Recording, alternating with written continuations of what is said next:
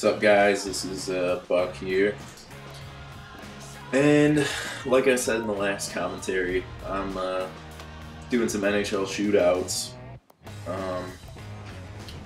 Just something good to talk over, and there's some entertainment.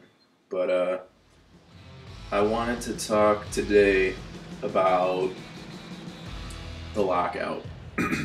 So I'm not sure how many people listening are big NHL fans, but this will be good to listen to anyways, you know.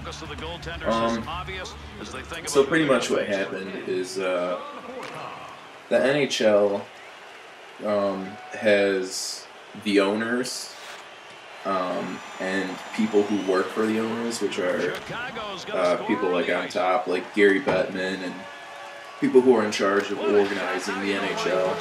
And then you have the players, which are represented by the Players Union, which is Donald Fair. Donald, I think? Yeah. And pretty much what happens is every so often they have to make a new collective bargaining agreement to have like all the rules and the budgets and everything all figured out and organized on paper, and they do it for it's for like every so often. So the last one I think was in '04, and they just so happened to have a lockout that year, which is where their agreement had expired and they weren't able to come to an agreement. So what happened was they went into lockout mode, which is where all the work stops. So all the people at the arenas, all the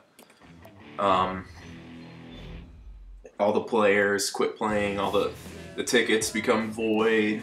You know, people don't get ripped off; they get their money back. But to get to the point, a lot of people are missing out on money because there's a disagreement between the players and the owners, and I kind of feel like the owners are the rich guys who they want to call all the shots, but it's not always for the best. But anyways, that year they skipped an entire season. There was no season. I think it was 03-04. And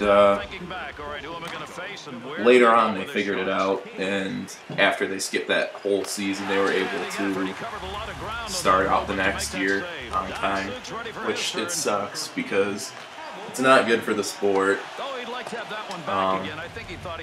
You know, a lot of people are unhappy, they lose a lot of money and a lot of fans, and it kills some of the morale that the players have. But with that agreement that they made in '04, that expired after this past season, which was in June. So, of course, with an expired agreement, they wait till a month before the season starts to start trying to get something together, which, I mean, that's ridiculous. If you know your agreement, which keeps you playing, is going to end, why would you wait till the last minute when you know it's going to be, you know, tempers flaring and both sides wanting their way? Why would you wait till the last minute to freaking do that? I don't understand. But anyways, they did, and just like last time, and in I think '93 or '94, they didn't come to an agreement right away.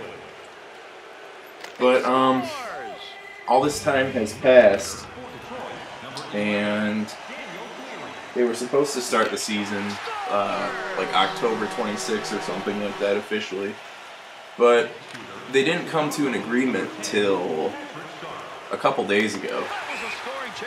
And the thing that sucks about that, you know, it's good that we have a season for the NHL now.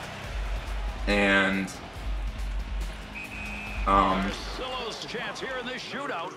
you know, there's players returning. They went to go play for other teams overseas. You know, people are getting their jobs back. People who are basically unemployed, being screwed over by the rich, you know, people in the NHL. You know, I live in Detroit. It's not the most popular city for hockey. Lots of people hate Detroit, but there's also a lot of fans. But anyways,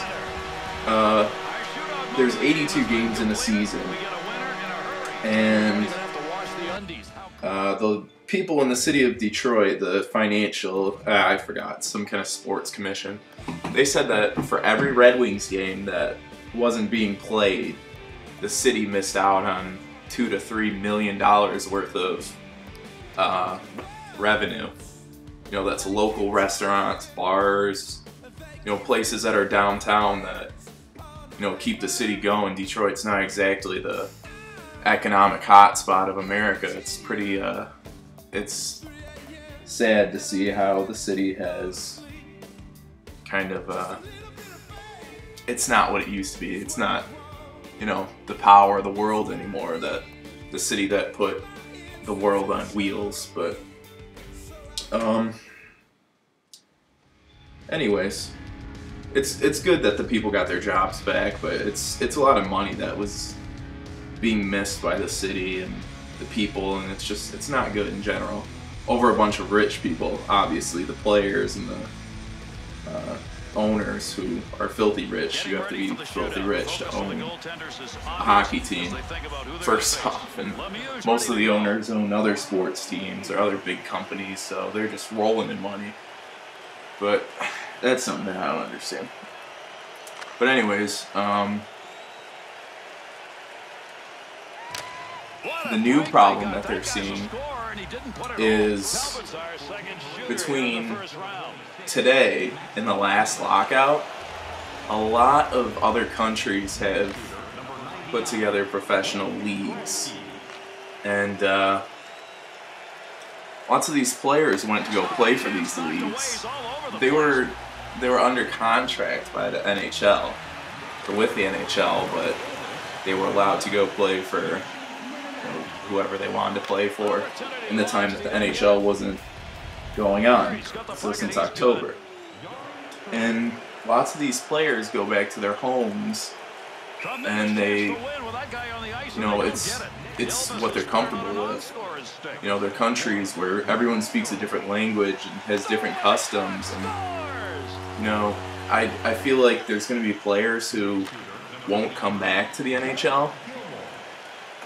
I feel like there's a lot of players who will kind of have their morale taken out from under them, and we'll start seeing more guys go back home and leave the league just because of all this that happened.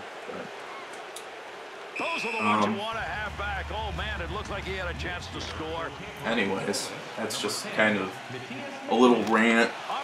People who follow NHL closely, most of them know all this already, or can figure it out themselves. Nothing new, but I figured lots of the people who are subscribed to this channel are from like UK and maybe places that don't watch hockey so much. But anyways, I'm just talking. I'm just yakking, something to talk about. But let me know what you guys thought about the shootout mode, if you guys even watched. And I'll put a shootout montage in the description. I thought it was pretty cool. I kind of feel like shootout montages are a new thing in the NHL community, and it kind of stemmed off of like trick shotting episodes, because they're all short and, you know, there's one shot, so they're edited surrounding like the one shot that's taken that gets them the kill or the goal or whatever. But anyways, I'm gonna put one in the description. It's by a guy, I'm not sure if he's a machinima director, but I think he might be, but he's pretty sick. Anyways, hope you guys enjoyed this. Expect a lot more from me. Talk to you guys later. Peace.